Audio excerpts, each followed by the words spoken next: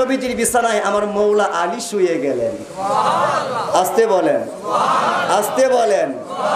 আল মুস্তাদরাক আলা সহিহান কিতাবের ভিতরে লেখা হচ্ছে, নবীর জন্য প্রথম যেই ব্যক্তি জীবন বাজি রেখেছিল সেই ব্যক্তি হচ্ছে মুশকিল কুশা মৌলা আলী। আল্লাহু আকবার। আবু বকর সিদ্দিক রাদিয়াল্লাহু তাআলা আনহু, আমাদের মাতার তাজ, উনি গুহার ভিতরে ভয় পাচ্ছেন। আল্লাহ পাক আয়াত পাঠাইলেন, লা তাহজান ইন্নাল্লাহা মা'ানা, ভয় পেও না, এখানে শুধু আমার বন্ধু নয়, তুমি নয়, আমি আল্লাহও রয়েছি। সুবহানাল্লাহ।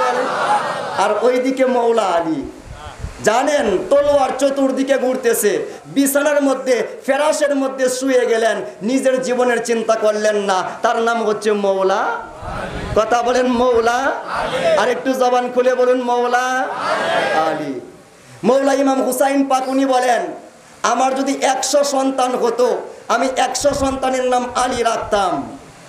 এজন্য মৌলা হুসাইন পাকের এক সন্তানের নাম আলী আকবর, আরেক সন্তানের নাম আলী আসগর, আরেক সন্তানের নাম আলী ইবনে হুসাইন সাইয়্যিদুস সাজিদিন জয়নুল আবেদিন। আল্লাহু আকবার বলেন। আমার নবী বলেন, যিকরু আলীইন ইবাদা, হে উম্মতের দল, আলী শব্দ উচ্চারণ করবা, আলী আলী জিকির করবা, আলী আলী স্মরণ করবা, আলীর নামে গজল গাইবা, আলীর নামে কবিতা লেখবা, আলীর নামে রচনা বলবা, আলীর নামে তোমার সন্তানের সামনে 1 ঘন্টা সময় ব্যয় করবা। ইয়া রাসূলুল্লাহ, করলে কি হবে? আমার নবী বলেন, যিকরু আলীইন ইবাদা, নামাজ পড়লে যেমন ইবাদত হবে, রোজা রাখলে যেমন ইবাদত হবে, হজ করলে যেমন ইবাদত হবে, যাকাত দিলে যেমন ইবাদত হবে, আমার আলীর আলোচনা করলেও ইবাদত হয়ে যাবে।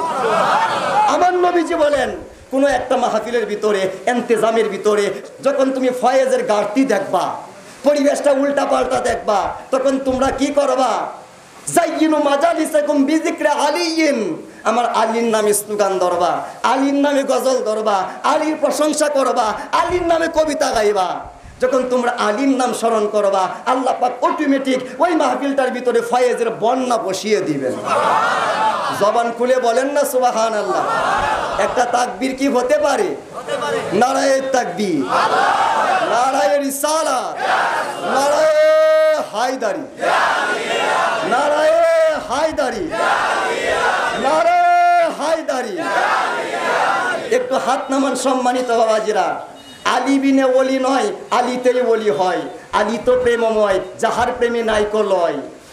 আলী আলী নারা যাহার, হৃদ মাজারে রয়, লোক সমাজে বন্ধ বললেও কামেল মুমিন হয়।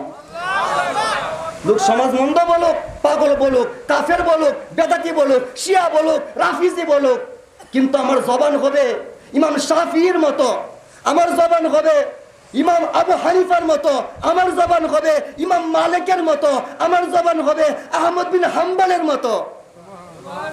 তারা বলেছে, আলীকে ভালোবাসলে, হাসানকে ভালোবাসলে, হুসাইনকে ভালোবাসলে, ফাতেমাকে ভালোবাসলে, কুল কায়নাতের মানুষ যদি আমাকে শিয়া বলে, কেউ থামাইতে পারবে না।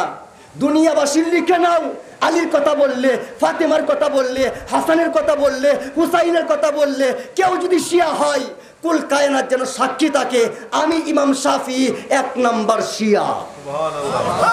আল্লাহু আকবার বলেন।